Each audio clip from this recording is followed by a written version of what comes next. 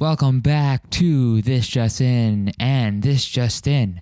2020 is almost over. Yes, it is the last episode of the year. This podcast has only been going on for what is it? This would be the 8th episode, so week 8. I missed a week, so I guess this would be coming out week 9. So we've been out for a little over almost 2 months. So yeah, we haven't been going on strong, but regardless, the year goes on, the world goes on. And now we're here at the end of the year. Yeah, wow, bars. Okay, so I'm sure in every 2020 recap of film or whatever fashion, or just 2020 recap in general, it's going to go pretty similar. Oh, 2020 was weird. 2020 was wild. 2020 was horrible. And 2020 was bad. And I think it's very easy to go to be saying how bad it was. And I'm not denying that it was bad. There was a lot of bad things that happened, but there's a lot of good things that happened. And some of these good things came from the bad things. Not everything good came from the bad, but there was some good that came from the bad. And although we can focus on the year behind us, I think it's more important to look forward. And so in this episode of This Just In, the last episode of the year, I am going to talk about how to make your 2020 better than your how to make your 2021 better than your 2020. Now, I don't know how applicable everything is to you, but I have a list of a few things that you might be able to take into your life. Maybe not.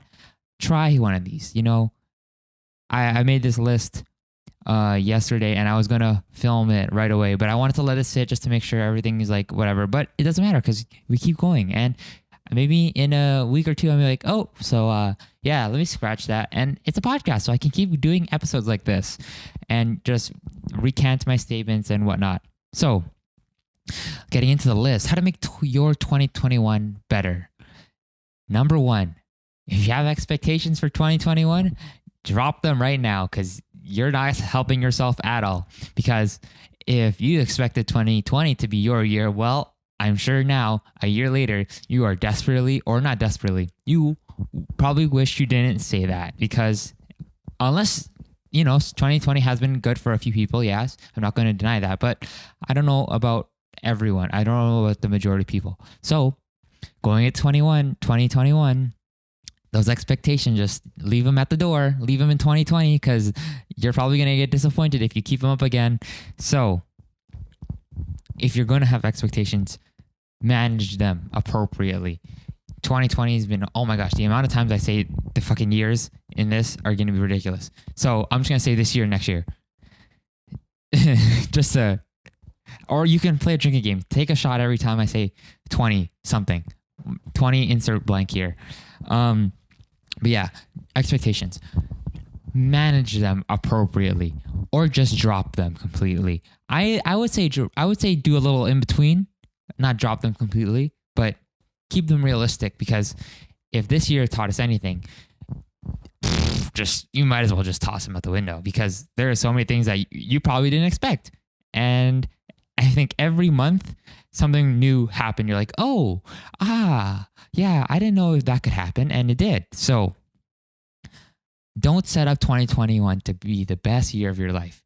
It may be the best year of your life, but if you set your expectations low so it's not, if it has happened, oh, congratulations, you had an amazing year and you didn't expect it. It's a nice surprise. I think that's a good thing to go with a lot of things, just to manage your expectations, especially with film. This year I realized, like, although I don't get to have the traditional film experience, and although that could have been like, oh, I'm not going to watch any films because it's not in a theater. And as much as I do want to say that, I think it's important just to be like realistic and be like, okay, theaters are not a realistic thing that are going to happen. So what's the new thing? What can you do? And I think that's another thing that is something you can do.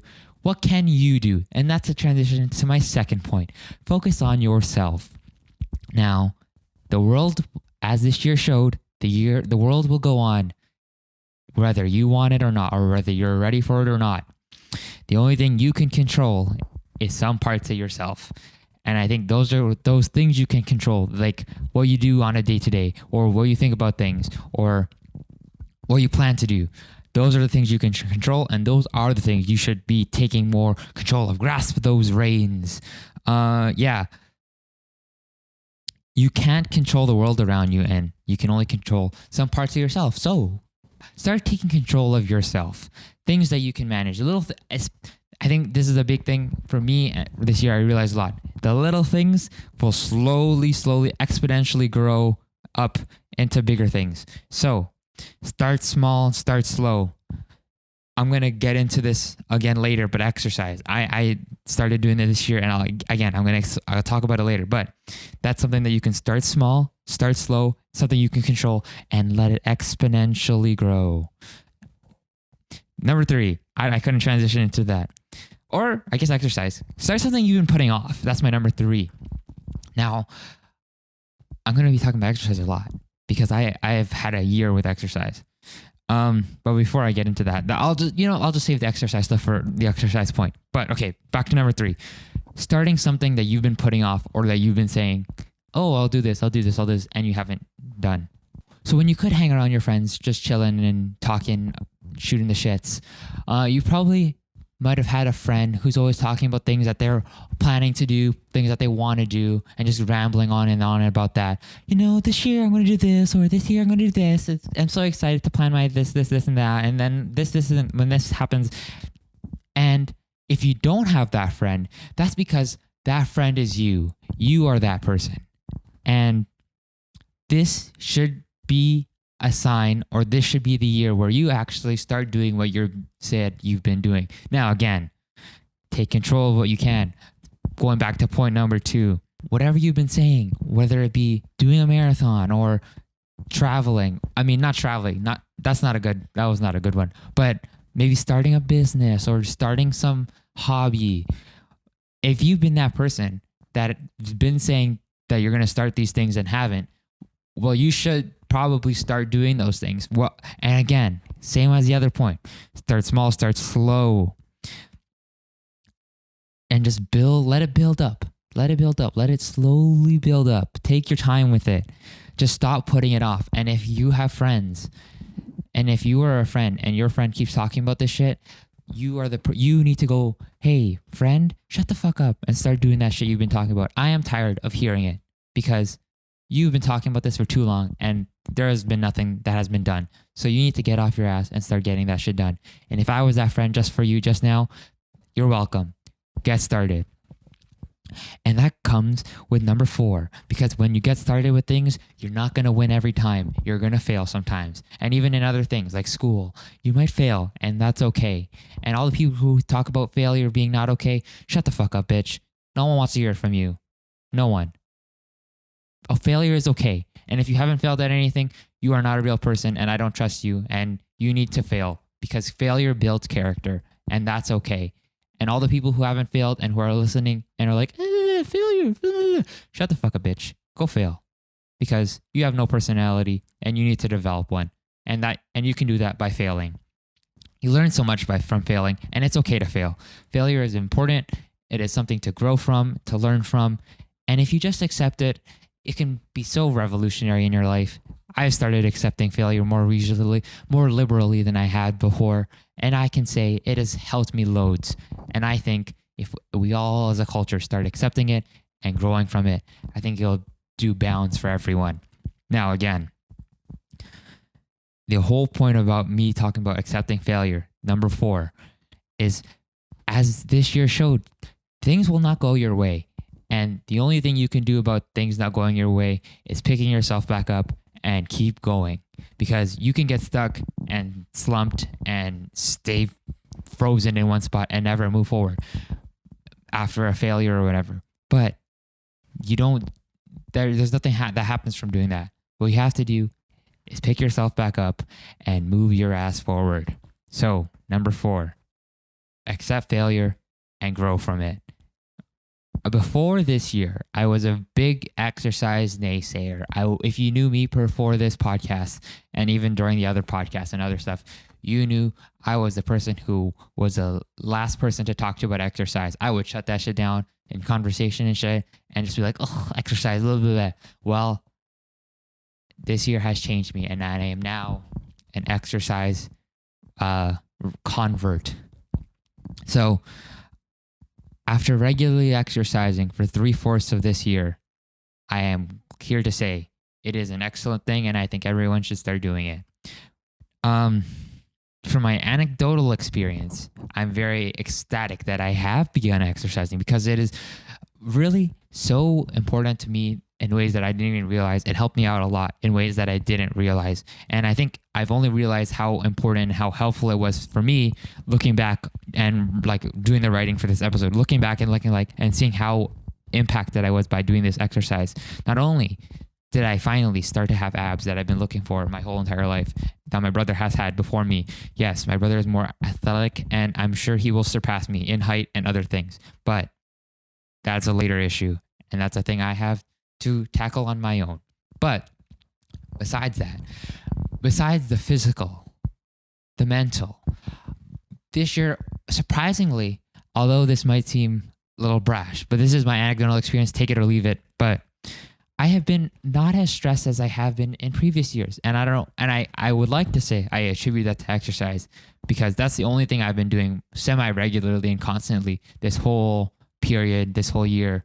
I think that's one of the only regular things that I've introduced new into my life that I've taken on and realized, or that I've taken into my life and realized that some things that I didn't even notice were gone from my life, like stress. I haven't been that stressed in that much this year, considering all the things that I said before.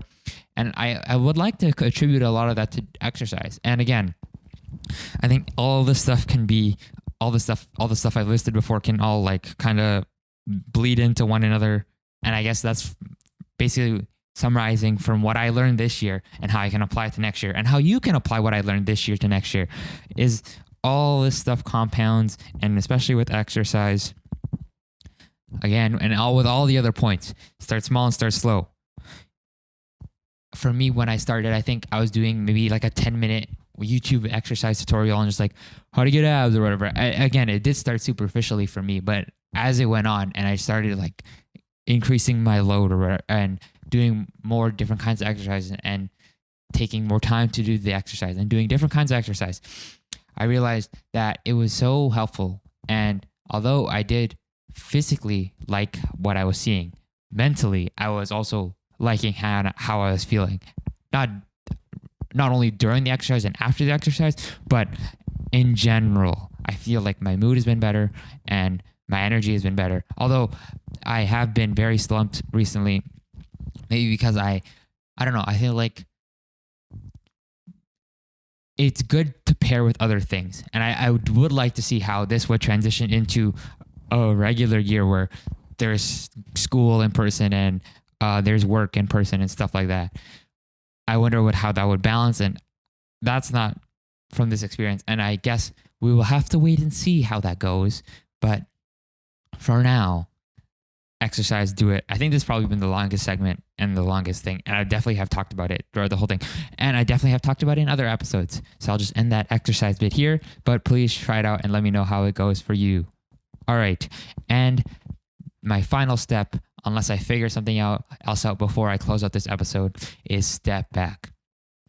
Now, with a lot of things going on, especially in 2019 when life seemed to move so fast and there was so many things happening, and 2020 literally just halting the brakes on everything, I think it is more important than ever to just step back, reflect on yourself in the past, and you reflect on what can you do going forward.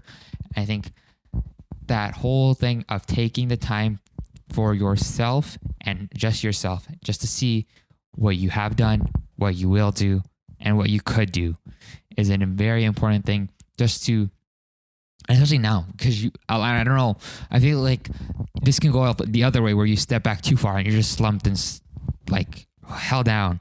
And I think to step back and reflect positively is hard. And I'm just saying these things, and it was not an easy thing to do. It's definitely easier said than done. But I think taking the effort to go do these things and try them out and like see what you can do can help you in the long run. Being able to step back, reflect, see what you could do and what you couldn't do, and then a little check-in of sorts. To check in with yourself is super important, and especially to take a break from all the wild things that happen around you that you may not have any control over, but you can step back and tie back into the first step or second or third step or recommendation, and just to look at yourself and see how things are going. Now, that's all I have written for this episode so far. And I guess I'll keep this one brief. I'll keep this one short, because last week we did go along with Ian, the homie, the boy, my excellent friendo. So again, this episode, I'll go a little short. Keep it short, keep it sweet. So yeah, those are my 6 recommendations to try and take into your life going into 2020 and years going forward.